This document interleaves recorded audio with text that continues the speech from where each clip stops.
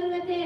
मेरी प्यारी बहनों, बुर्का ऐसा सीधा साधा और ढीला ढाला होना चाहिए कि खराब सोच रखने वाले लोगों की नजरें जब हमारी तरफ उठे तो ऐसी झुके कि उनको काले कलर से भी वहशत होने लगे और हमारी पाक दामनी इज्जत का आबरू और हया शर्म का इंतजाम अल्लाह अपनी कुदरत कामिला से आसमान से कर दे और फिर जो नापाक आंखें हमारी तरफ देखे वो देखना छोड़ दे और जो हाथ लंबे हो वो लूले बन जाए। माशाअल्लाह, तुम दोनों कितना सारा जानती हो। अल्लाह तुम्हारे इल्म में इजाफा फरमाए। आमीन। तुम दोनों ने इतना सारा इल्म और अच्छी अच्छी बातें कहाँ से सीखी? हमने ये सारी बातें अपने इसी मदरसे फैजुल कुरान में अपने मुस्लिम उस्ताद के सामने बैठकर सीखी, जो इसी मोहल्ले के मुखलिस मुतस्बीन के ज़ेरे निगरानी वालिदैन की दुआएं और मोहल्ले वालों के साथ सहकार और बेशुमार कुर्बानी की वजह से अपनी डगर पर रमा दमा है। और इंसान तो हमारे उस्ताद मुकर्रम ने हमें फज़ाइल आमाल भी पढ़ाई है ताकि फारिग होने वाली बच्चियों को अपने अपने घरों में ताक़लीम का हल्का करने में सहूलियत रहे। इस किताब में हज़रत शेख ने सहाबाए किराम की जिंदगी, नमाज, रोजा और जिक्र अस्कार के फज़ाइल उस आसान उस्लूब के साथ दर्ज की है। कैसा लगता है पूरे दिन का निचोड़ एक साथ हमारे हाथों में दे दिया गया हो।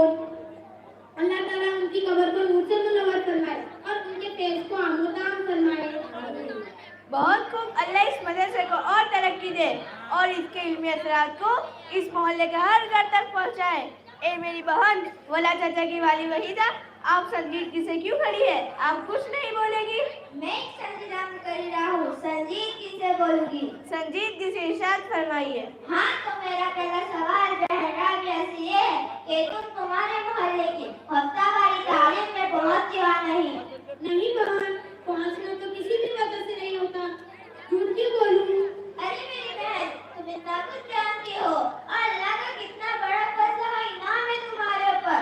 और तुम्हारे जैसी जिम्मेदार और बहुत कुछ जानने वाली बहनें हर हफ्ते मोहल्ले की तालीम में पहुंचते रहे तो मोहल्ले की माँ बहनों का कितना बड़ा नफा और हफ्ते के जरिए कितने घरों में तालीम जिंदा हो जाए और मोहल्ले का दीनी माहौल बनने में कितनी मदद मिले।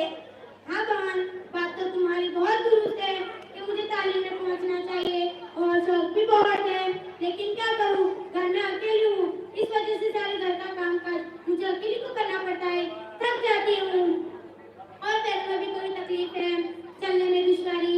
लेकिन अल्हम्दुलिल्लाह मंगलवार के दिन हमारी मस्जिद का गश्त है। मगरिब से इशा तक मुसल्ले पर बैठकर गश्त की कामयाबी की अल्लाह से दुआ जरूर करती हूँ। यहाँ जलसे में भी मुझे मजबूरी में आना पड़ा कि मैं जानती थी मेरी बहुत पलक थोड़ी खिसका दी और नरम दिल है, बोलते बोलते रो पड़ेगी तो तुमको सीधा कौन करेगा। अच्छा हुआ तुम आ गए और किसी हद तक हमारी इस्लाह हुई।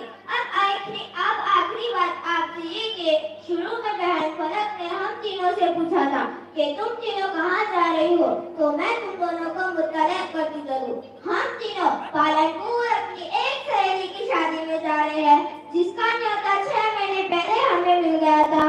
परसों उसकी शादी है, 2 दिन पहले जाकर उसकी तैयारी मुकम्मल कर ले।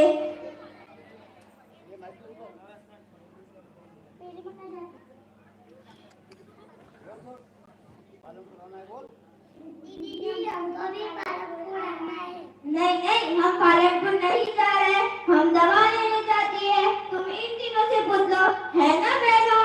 तुम घर चले जाओ वरना डॉक्टर इतना बड़ा इंजेक्शन देगा। तुम घर चले जाओ, मैं तुम्हारे लॉलीपॉप लाऊंगी।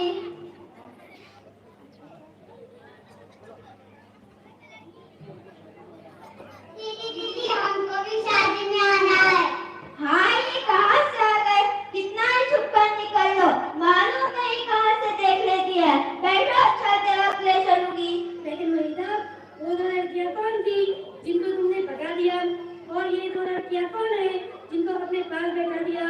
वो दोनों में से एक मेरी चाचा की लड़की थी, दूसरी फूफी की, उसका घर बेच दिया। इन दोनों में से एक मेरी मामू की लड़की है, दूसरी खाला की। इसको तो मना नहीं कर सकते। ओहो, तुमने तो पगड़ी छोड़कर गागरी के रिश्ते को निभाया। चलो छोड़ो, लेकिन तुम अपने अब्बा से इतना जरूर पूछना कि इन दोनों रिश्तों में ज्यादा अहम कौन सा रिश्ता है। अभी तो मैं सिर्फ इतनी गुजारिश करती हूँ कि तुम तीनों शादी में जागी रही हो, यहाँ अपने दरमियान सादगी और पर्दे के बारे में जो भी मजाक हुआ सारी बातें वहाँ के